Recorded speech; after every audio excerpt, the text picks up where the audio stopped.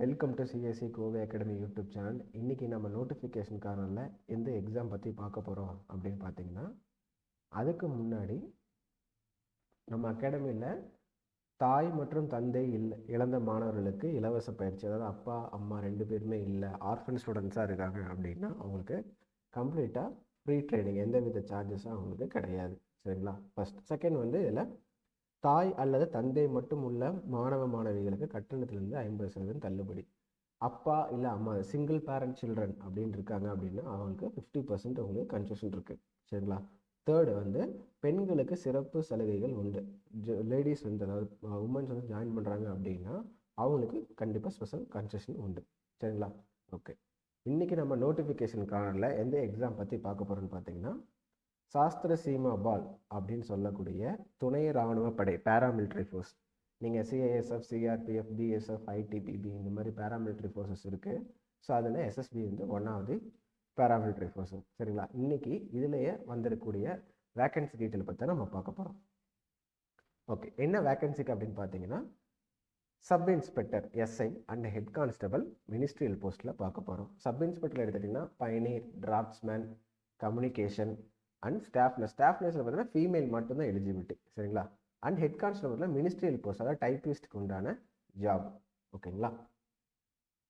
Next, vacancy போஸ்ட்டில் எவ்வளோ expected salary இருக்கும் அப்படின்னா அப்ராக்சிமேட்டாக 50 to 60,000 இருக்கும். அது ஏரியா பொறுத்து உங்களுக்கு சேலரி வந்து மாறும். ஹெட் கான்ஸ்டபிளுக்கு அதே மாதிரி 38லேருந்து 45 வரைக்கும் வேரி ஆகும். சிலது 45க்கு மேலே வரும். அது டிபெண்ட்ஸ் அப்பான் நீங்கள் எங்கே போஸ்டிங் இருக்கோ அந்த ஏரியாவுக்கு தகுந்த மாதிரி எஸ்ஐக்கும் ஹெட் கான்ஸ்டபிளுக்கும் இதிலிருந்து வேரியேஷன் ஆகும். இது வந்து அப்ராக்சிமேஷன் தான், கம்பல்சரி இதுதான் சேலரி அப்படிங்கிறது கிடையாது. சரிங்களா? ஓகே. Who can apply? யார் வந்து இதுக்கு யாரெல்லாம் அப்ளை பண்ணலாம்? போத் மென் அண்ட் உமன், பசங்களும் பொண்ணுங்களும் ரெண்டு பேருமே அப்ளை பண்ணலாம். சரிங்களா? இல்லை இது வந்து உமன்ஸு பேராமிலிட்ரி ஃபோர்ஸ் உமன்ஸ் எப்படி போகலாம், தாராளமாக இதுக்கு அவங்களும் அப்ளை பண்ணலாம். ஏன்னா ஹெட் கான்ஸ்டபிள் எடுத்துக்கிட்டிங்கன்னா வெறும் மினிஸ்ட்ரியல் போஸ்ட், ஆஃபீஸ் டியூட்டிங் வாங்க, டைப்பிஸ்ட் ஒர்க்கு. சரிங்களா? அண்ட் அதே மாதிரி சப் இன்ஸ்பெக்டர் எடுத்தோன்னா நாம் பார்த்த குவாலிஃபிகேஷன்ஸ்லாம் உமன்ஸும் அப்ளை பண்ணலாம். ஓகேங்களா? நெக்ஸ்ட், ஏஜ் லிமிட் பாருங்கள். சப் இன்ஸ்பெக்டருக்கும் ஹெட் கான்ஸ்டபிளுக்கும் ஏஜ் லிமிட் பார்க்கலாம். இப்போது பயனீருக்கு பார்த்தீங்கன்னா 18 to 30 இருக்கணும். சரிங்களா? நெக்ஸ்ட், டிராஃப்ட்ஸ்மேனுக்கு 18 to 30. அதே மாதிரி எஸ்ஐ கம்யூனிகேஷனில் 18 to 30. ஆனால் இங்கே ஸ்டாஃப் நர்ஸ்க்கு மட்டும் பாருங்கள், அதாவது இதில் வந்து ஃபீமேல் மட்டும்தான் எலிஜிபிள். சரிங்களா? அதனால் 21 to 30 ஏஜுக்குள்ளே இருக்கணும். இதில் இவங்க இன்னும் அஃபிஷியலாக இவங்க வரப்போகுது அப்படிங்கிறது எஸ்ஐக்கு சொல்லியிருக்கிறாங்க. ஆனால் 100% அவங்க சைட்டில் இன்னும் வெப்சைட்டில் அப்ளை பண்ணுறதுக்குள்ள போர்ட்டல் இன்னும் ஓப்பன் ஆகலை. ஸோ அப்போ போர்ட்டல் ஓப்பன் ஆச்சுன்னா அப்போயும் வந்து ஒரு நோட்டிஃபிகேஷன், ஃபுல் நோட்டிஃபிகேஷன் ரிலீஸ் பண்ணிடுவாங்க. அப்போ நமக்கு ஓபிசிக்கும், சரிங்களா, எஸ்சி எஸ்டிக்கும் என்ன ரிலாக்ஸேஷன் மேக்ஸிமம் 3 years இருக்கும், 5 years இருக்கும். But terms of condition as on date வந்து மாறலாம். ஆஸ் ஆன் டேட்னு சொல்லுவாங்களா, அது மேபி மாறலாம். அதுபடி உங்களுக்கு ஓபிசிக்கு 3 years, எஸ்சி எஸ்டிக்கு 5 years இருக்கும்.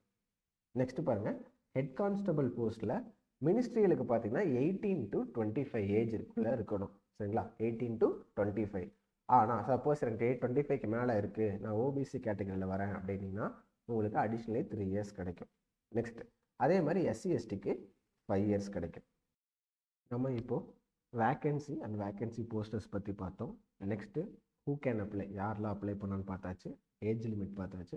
நெக்ஸ்ட் நம்ம பார்க்க போகிறது எஜுகேஷ்னல் குவாலிஃபிகேஷன், கல்வி தகுதி. நீங்கள் எஸ்ஐ ஆகணும் அப்படின்னா என்னென்ன படிச்சிருக்கணும்? பயனீருக்கு என்ன படிச்சிருக்கணும், டிராஃப்ட்ஸ்மேனுக்கு என்ன படிச்சிருக்கணும், கம்யூனிகேஷனுக்கு என்ன படிச்சிருக்கணும், அண்ட் ஸ்டாஃப் நர்ஸாக இருந்தால் அதுக்கு என்ன படிச்சிருக்கணுன்றது. ஸோ ஃபஸ்ட்டு பாருங்கள், பயனியில் நீங்கள் டிப்ளமோ அல்லது டிகிரி, ஓகேங்களா, சிவில் இன்ஜினியரிங்கில் முடிச்சிருக்கணும் ஃபஸ்ட் திங். ரெண்டாவது, டிராஃப்ட்ஸ்மேன் எடுத்துட்டிங்கன்னா மெட்ரிகுலேஷன் முடிச்சுட்டு 2 years நேஷ்னல் ட்ரேட்மேன் சர்டிஃபிகேட் நீங்கள் கண்டிப்பாக வாங்கியிருக்கணும். அது போக 1 year நீங்கள் சர்டிஃபிகேஷன் முடிச்சிருக்கணும். எதுலனா ஆட்டோகேட்னு சொல்லுங்களா, அதில் வந்து நீங்கள் என்ன பண்ணணும், 1 year கம்பல்சரி சர்டிஃபிகேஷன் கோர்ஸ் முடிச்சிருக்கணும். ஏன்னா இந்த டிராஃப்ட்ஸ்மேனுக்கு மட்டும் எசென்சியலும் கொடுத்துருக்காங்க அண்ட் டிசைரபிள்னு கொடுத்துருக்காங்க. எசென்சியல்னால் கண்டிப்பாக நீங்கள் இந்த போஸ்ட் அப்ளை பண்ணால் இது முடிச்சிருக்கணும், இது இருந்தால் மட்டும் தான் நீங்கள் அப்ளை பண்ண முடியும். அதே மாதிரி டிசைரபிளில் பார்த்தீங்கன்னா உங்களுக்கு ஆட்டோகேடில் 1 year வந்து நீங்கள் சர்டிஃபிகேஷன் கோர்ஸ் பண்ணியிருக்கணும். இது எல்லாமே கவர்மெண்ட் ரெகக்னைஸ்டு இன்ஸ்டிடியூஷன்ஸில் பண்ணியிருக்கணும். ஓகேங்களா? நெக்ஸ்ட், கம்யூனிகேஷன் எடுத்துட்டிங்கன்னா எஸ்ஐ கம்யூனிகேஷன்னா degree in electronics or communication or IT engineering, அதில் டிகிரி முடிச்சிங்கன்னா தாராளமாக நீங்கள் எஸ்ஐ கம்யூனிகேஷனுக்கு அப்ளை பண்ணலாம். பட் ஆனால் நீங்கள் கண்டிப்பாக ஃபிசிக்ஸ், கெமிஸ்ட்ரி, மேக்ஸ் முடிச்சிருக்கிற நீங்கள் 12th பண்ணியிருக்கிற ஃபஸ்ட் குரூப் செகண்ட் குரூப் அவங்க வந்து இதை ஃபிசிக்ஸ் கெமிஸ்ட்ரி முடித்தவங்க தான் இதை வந்து அப்ளை பண்ண முடியும். எந்த போஸ்ட்டுக்குன்னா கம்யூனிகேஷன் போஸ்ட்டுக்கு. நெக்ஸ்ட்டு பாருங்கள், ஸ்டாஃப் நர்ஸ் அப்படின்னு பார்த்தீங்கன்னா அதில் ஃபீமேல் மட்டும் தான், நம்ம சொன்ன மாதிரி ஃபீமேல் மட்டும் தான் அப்ளை பண்ண முடியும்.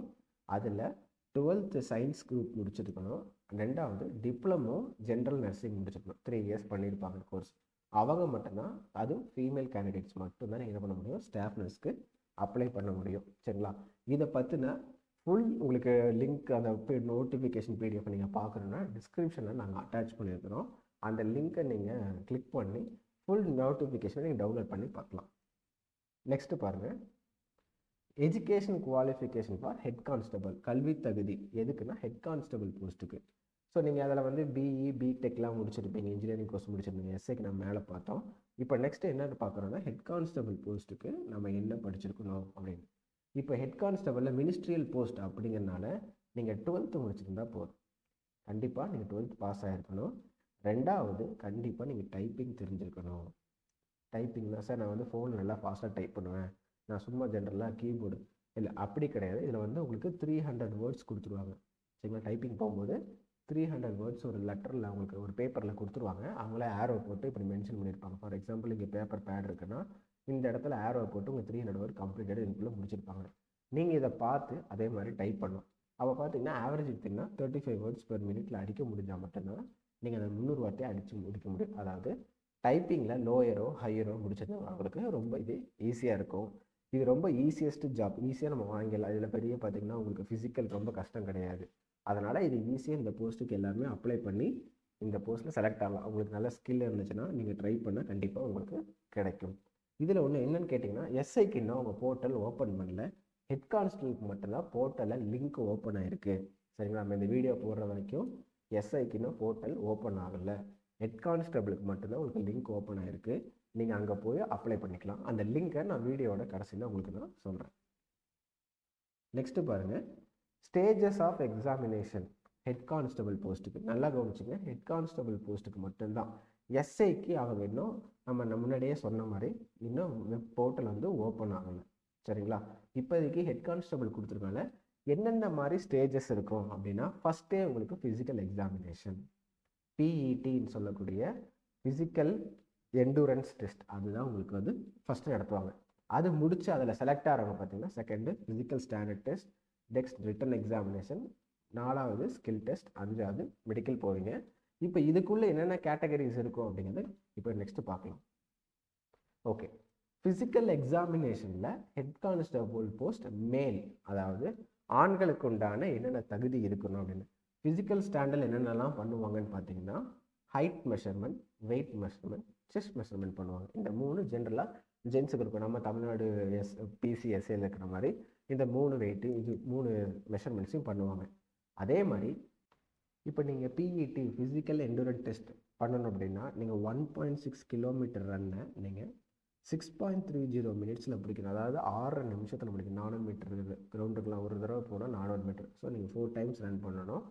நீங்கள் என்ன நம்ம தமிழ்நாடு இல்லை டிஎன்எஸ்ஆர்பி நடத்தக்கூடிய இதில் வந்து நம்ம பிசிக்கு எஸ்ஐக்கெலாம் பார்த்தீங்கன்னா 1500 குவாலிஃபை ரவுண்டாக வச்சுருப்பாங்க. கரெக்டுங்களா? அந்த மாதிரி இதில் வந்து நம்ம எஸ்எஸ்பியில் 1.6 கிலோமீட்டர் 1600 மீட்டர்ஸ் வந்து நீங்கள் 630 மினிட்ஸ்க்குள்ளே முடிக்கணும். ஸோ இது ரொம்ப ஈஸி தான்.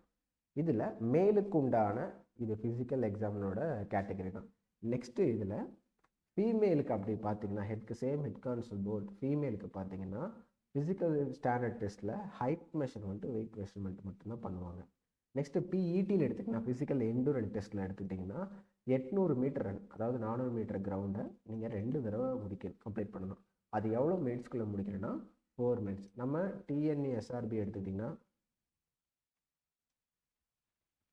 நீங்கள் டிஎன்எஸ்ஆர்பி எடுத்துட்டிங்கன்னா நமக்கு எவ்வளோ கொடுப்பாங்கன்னா 2.5 நிமிஷம் கொடுப்பாங்க. ஒரு 400 மீட்டர் முடிக்கிறதுக்கு, ஒரு ரவுண்ட் அடிக்கிறதுக்கு 2.5 நிமிஷம் கொடுப்பாங்க. ஆனால் இங்கே என்னென்னா 2 தடவை நீங்கள் முடிக்கிறதுக்கு 4 நிமிஷம் தான் உங்களுக்கு கொடுக்குறாங்க. சரிங்களா? ஆவரேஜாக பார்த்தீங்கன்னா உங்களுக்கு 1 நிமிஷம் அதை விட கம்மியாக தான் இருக்குது உங்களுக்கு. அப்போ இன்னும் நல்லா நீங்கள் பெர்ஃபார்ம் பண்ணி ப்ராக்டிஸ் பண்ணிங்கன்னா ஃபீமேல் கேண்டிடேட்ஸு ஈஸியாக வந்து நீங்கள் இந்த எக்ஸாமில் ஸ்கோர் பண்ண முடியும். ஓகேங்களா? நெக்ஸ்ட்டு அந்த ஃபிசிக்கல் ஸ்டாண்டர்ட் டெஸ்ட் போகும்போது நீங்கள் என்னென்ன ஹைட்டு கேட்டகரி இருக்கும் அப்படிங்கிறத இங்கே அவங்க வந்து தெளிவாக கொடுத்துருக்காங்க. இங்கே பாருங்கள், ஹெட் கான்ஸ்டபிள் போஸ்ட் மினிஸ்ட்ரியலுக்கு for all candidates except candidates mention at serial number 2 and 3. இந்த 2 and 3ல் இருக்கிறவங்கள தவிர மித்த எல்லாருக்கும், அதாவது மேல் அண்ட் ஃபீமேலுக்கு, மேல் எடுத்துட்டிங்கன்னா 165 இருக்கணும், ஃபீமேல் எடுத்துட்டிங்கன்னா 155 இருக்கணும். அதேமாதிரி செஸ்ட் எடுத்துக்கிட்டிங்க அப்படின்னா மினிமம் 77 இருக்கணும். நீங்கள் எக்ஸ்பேண்ட் பண்ணீங்க அப்படின்னா 5 சென்டிமீட்டர் இன்க்ரீஸ் ஆகணும். யாருக்கு? மேலுக்கு. சரிங்களா? ஃபீமேலுக்கு 155 ஹைட் இருந்தால் போதும். இவங்களுக்கு செஸ்ட்டு இது கிடையாது, நாட் அப்ளிகபிள். ஓகே, அதாவது இது யாருக்கு அப்படின்னா 2 and 3ல் மென்ஷன் பண்ணாத எக்ஸப்ட் இவங்களை தவிர அவங்களுக்கு எல்லாருக்கும் இதுதான் ரூல். ரிமைனிங் இருக்கவங்களுக்குலாம் இந்த கேட்டகரியில் வருவீங்க. 162.5, 150 இது நமக்கு இதாகாது. நம்ம எஸ்சி எஸ்டி கம்யூனிட்டியில் நம்ம தமிழ்நாடு ஸ்டேட்டில் இருப்பாங்க. All candidates belonging to scheduled tribes category, அதில் வரக்கூடிய மேலுக்கு பார்த்தீங்கன்னா 162.5 ஹைட் இருந்தால் போதும். மினிமம் செஸ்ட்டு பார்த்தீங்கன்னா அன்எக்ஸ்பேண்டட் ஸ்டேட்டில் 76 இருக்கணும், எக்ஸ்பேண்டட் ஸ்டேட்டில் 5 சென்டிமீட்டர் இன்க்ரீஸ் ஆகணும். ஓகேங்களா? ஃபீமேலில் எடுத்துட்டிங்கன்னா 150 இருந்தால் போதும். அண்ட் அதே மாதிரி அவங்களுக்கு செஸ்ட்டு மெஷர்மெண்ட் கிடையாது, இட்ஸ் நாட் அப்ளிகபிள். ஓகேங்களா? நெக்ஸ்ட்டு பாருங்கள், ஹைட்டு பார்த்தாச்சு, எவ்வளோ நம்ம ரன்னு ஓடணும். மேலாக இருந்தால் 1.6 கிலோமீட்டர் ரன்னை வந்து நீங்கள் 6:30 முடிக்கணும். ஃபீமேலாக இருந்தால் 800 மீட்டர் ரன்னை வந்து நீங்கள் 4 மினிட்ஸில் முடிக்கணும். எவ்வளோ வேக்கன்சி, என்ன குவாலிஃபிகேஷன், பிஇ, பிடெக், டிப்ளமோ, இப்படி எல்லாமே பார்த்தோம். சரிங்களா? நெக்ஸ்ட் இதில் பார்க்க போகிறது ரிட்டன் எக்ஸாமினேஷன் கூடியான ப்ரொசீஜர்ஸ். ஹெட் கான்ஸ்டபிள் போஸ்ட், இது பாருங்கள், மறுபடியும் சொல்கிறேன், ஒன்லி ஃபார் ஹெட் கான்ஸ்டபிள் போஸ்ட்டுக்கு தான். டோட்டல் மார்க் எடுத்துட்டிங்கன்னா 100 மார்க்ஸ், 100 கொஸ்டின்ஸ் இருக்கும். உங்களுக்கு மொத்தம் 100 மார்க் இருக்கும். 100 மார்க்கு எவ்வளோ டூரேஷன் கொடுக்குறாங்கன்னு பாருங்கள். 2 hours. 100 கொஸ்டினுக்கு பார்த்தீங்கன்னா 120 minutes. 2 hours கொடுக்குறாங்க உங்களுக்கு. இதில் என்னென்ன சப்ஜெக்டில் உங்களுக்கு கேரி ஆகுதுன்னு பார்த்தீங்கன்னா aptitude, reasoning, English, general knowledge, ஜிகேல history, polity, geography, economics, science எல்லாமே கலந்து உங்களுக்கு 25 மார்க்ஸ் வருது. ஆப்டிடியூடில் மட்டும் 25, ரீசனிங்கில் 25 கொஸ்டின்ஸ், இங்கிலீஷில் 25 கொஸ்டின்ஸ்.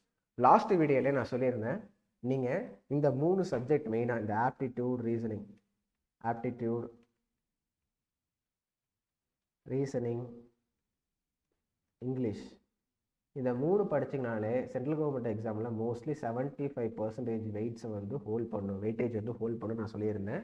லாஸ்ட் வீடியோவில் நிறைய பேர் பார்த்துருப்பீங்க. அதே மாதிரி நான் சொன்ன மாதிரியே பாருங்கள், அந்த 3 சப்ஜெக்ட் தான் இங்கே ப்ரியாரிட்டியாக இருக்குது. ஸோ நிறைய எக்ஸாம் நீங்கள் பேராமிலிட்ரி ஃபோர்ஸஸில் எடுத்திங்கன்னா மெயின்லி இதாக சிலபஸ் இருக்கும். ஒருவேளை நீங்கள் டெக் போனீங்கன்னா இந்த ஜென்ரல் நாலேஜ் அப்படிங்கிறதுக்கு பதிலாக இங்கே ஜென்ரல் சயின்ஸ்னு கொடுத்துருப்பாங்க. அவ்வளோதான் வெரி ஆகும்.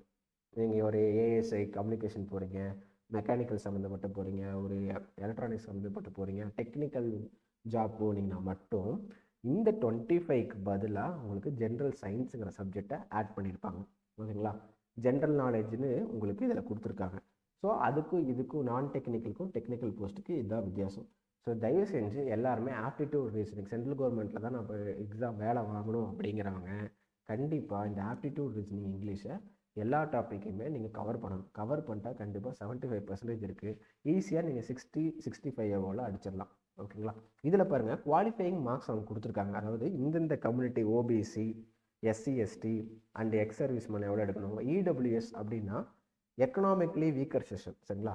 இப்போ பாருங்கள், குவாலிஃபையிங் மார்க்ஸில் 50% for economically weaker section, OBC இருக்குது, other backward caste, ex service man, இவங்கெல்லாம் 3 கேட்டகரி கீழே வரவங்க பார்த்தீங்கன்னா 50% எடுக்கணும். அப்போது 100 மார்க் அப்படின்னா நீங்கள் 50 மார்க் எடுத்தால் தான் குவாலிஃபையே ஆகுவீங்க ரிட்டன் எக்ஸாமில். ஓகேங்களா? அது கீழே பாருங்கள், 45% ஃபார் எஸ்சி எஸ்டி. இப்போ எஸ்சி எஸ்டி கம்யூனிட்டி கீழே வந்து கிளைம் பண்ணி எக்ஸாம் எழுதுகிறாங்க. 100க்கு 45 மார்க்ஸ் எடுக்கணும். எடுத்தால் மட்டும்தான் நீங்கள் குவாலிஃபை, இல்லைனா யூ ஆர் நாட் குவாலிஃபை அப்படிங்கிறாங்க இதில். ஓகேங்களா? நெக்ஸ்ட்டு பாருங்கள், அப்ளிகேஷன் ஃபீஸ் எப்படி இருக்கும் அப்படின்னு. சப் இன்ஸ்பெக்டருக்கு எடுத்துட்டிங்கன்னா 200 ருபீஸும், ஹெட் கான்ஸ்டபிளுக்கு 100 ருபீஸ் இருக்கும். யார் யாருக்கெல்லாம் வரும்னா அன்ரிசர்வ் கேட்டகரியில் எழுதக்கூடிய, ஜென்ரலில் எழுதக்கூடியவங்க, அடுத்தது OBC, other backward class, economically weaker section, அது என்ன சார் எக்கனாமிக்கில் இருக்குது 8 lakhs அண்ட் பிலோவில் இருக்கிறவங்க. சரிங்களா? இவங்களுக்கு எல்லாருக்குமே 200 ருபீஸ். யாருக்குன்னா எஸ்ஐ எழுதுனவங்களுக்கு. அண்ட் ஹெட் கான்ஸ்டபிள் எழுதுறவங்களுக்கு அதே மாதிரி 100 ருபீஸ். இதில் யாருக்கு எக்ஸம்ஷன் இருக்குது அப்படின்னு கேட்டிங்கன்னா எஸ்சி எஸ்டி கேட்டகரி எழுதுகிறவங்களுக்கும், இங்கே பாருங்கள், எஸ்சி எஸ்டி கேட்டகரி எழுதுறவங்களுக்கும், எக்ஸ் சர்வீஸ்மேனுக்கும் அண்ட் ஃபீமேல் கேட்டகரிஸ் நல்லா நோட் பண்ணிக்க.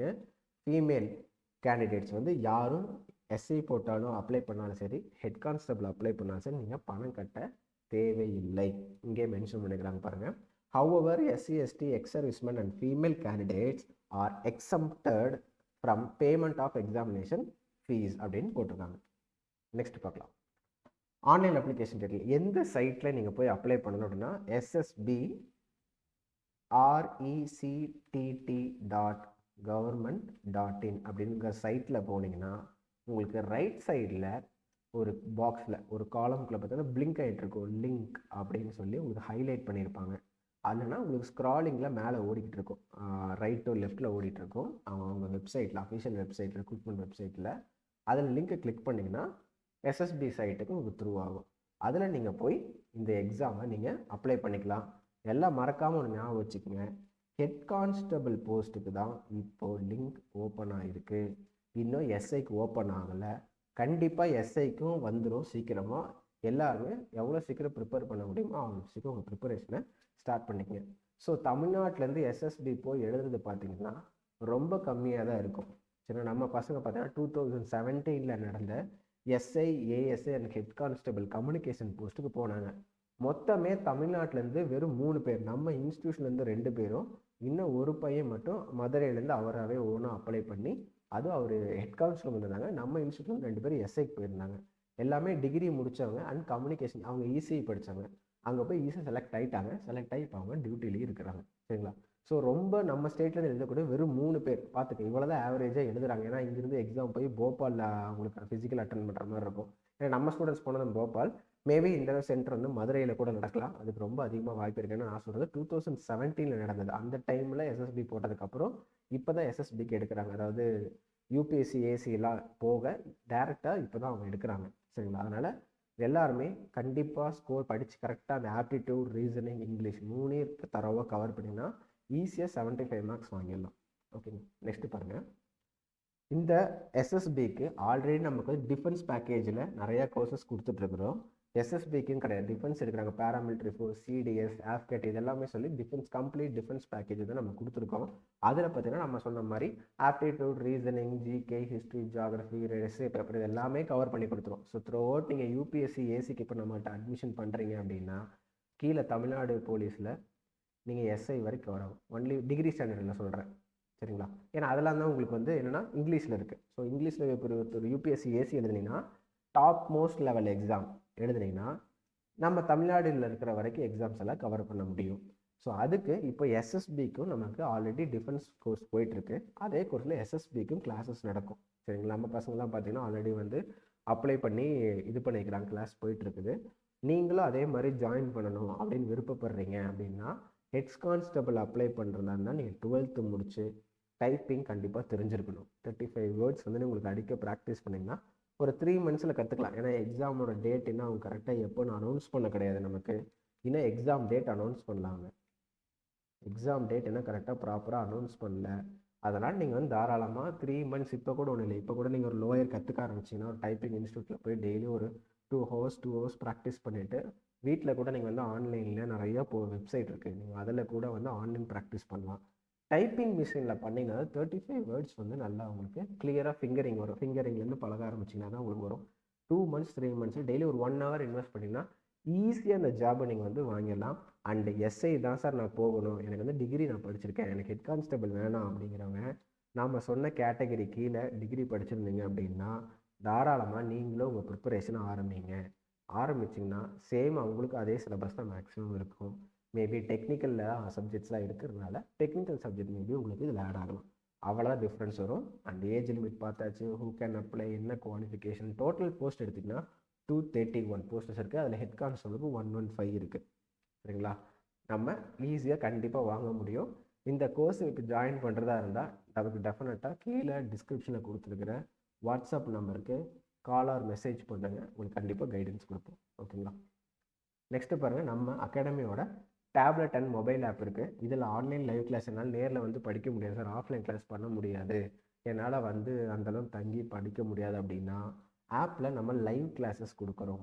Not a recording class note பண்ணிக்க, ரெக்கார்டிங் கிளாஸ் கிடையாது, லைவ் கிளாஸஸ். உங்களால் லைவ் கிளாஸுமே உங்களுக்கு நாங்கள் ரெக்கார்ட் பண்ணி கொடுத்துருவோம். இன்கேஸ் நீங்கள் அட்டன் பண்ண முடியல கிளாஸஸை, எனக்கு நான் ஆல்ரெடி ஒர்க்கிங் ப்ரொஃபஷனலாக இருக்கேன், நான் வேலைக்கு போய்ட்டுருக்கேன் சார் அப்படின்னா, நீங்கள் ரெக்கார்டிங் கிளாஸ் லைவ் கிளாஸ் முடிஞ்சோன்னே அன்றைக்கி ஈவினிங் உங்களுக்கு ரெக்கார்டிங் கிளாஸ் வந்துடும். ஸோ ரெக்கார்டிங் கிளாஸில் நீங்கள் எடுத்து படிச்சுட்டு சாட்டர்டே சண்டே டவுட் செஷன் தான் நீங்கள் ஜாயின் பண்ணிக்கலாம். அண்ட் நம்ம ஆப்லேயே ஸ்டடி மெட்டீரியல்ஸ் இருக்குது. 24/7 ரெக்கார்டிங் வீடியோ ஆக்சஸ் பண்ணிக்கலாம். Daily current affairs, free current affairs கொடுத்துட்ருக்கோம். அண்ட் 1-to-1 மென்டர்ஷிப் இருக்குது. சில யூபிஎஸ்சிலேருந்து நீங்கள் எனக்கு 1-to-1 மென்டர்ஷிப் வேணும், எஸ்எஸ்சி எக்ஸாம்ஸ்லேருந்து பேங்க் எக்ஸாம் வரைக்கும் நம்ம 1-to-1 மென்டர்ஷிப் கொடுத்துட்ருக்கோம். தென் இஎம்ஐ ஆப்ஷன் இருக்குது. என்னால் ஃபீஸ் வந்து ஃபுல்லாக பே பண்ண முடியாது சார், நான் பர்ச்சேஸ் பண்ணுற மெட்டீரியலை வந்து எனக்கு ஃபுல்லாக பே பண்ண முடியாது அப்படின்னா, debit or credit card EMI போட்டு நீங்கள் உங்கள் ஃபீஸை வந்து இஎம்ஐலையும் பே பண்ணிக்கலாம். சரிங்களா? ஓகே, இந்த வீடியோவில் இன்றைக்கி நம்ம எஸ்எஸ்பி பற்றி பார்த்தோம், எக்ஸாம் பற்றி பார்த்தோம். இதில் டவுட்ஸ், கிளாரிஃபிகேஷன், எப்படி அப்ளை பண்ணணும், எந்த வித உங்களுக்கு டவுட்ஸாக இருந்தாலும் தாராளமாக டிஸ்கிரிப்ஷனில் இருக்கிற வாட்ஸ்அப் நம்பருக்கு நீங்கள் டெக்ஸ்ட் ஆர் டெஃபினட்டாக கால் பண்ணலாம். உங்களுக்கு நாங்கள் கைட் பண்ணி உங்களுக்கு ஹெல்ப் பண்ணுவோம். ஓகேங்களா? தேங்க்யூ. நம்ம நெக்ஸ்ட் வீடியோவில் பார்க்கலாம்.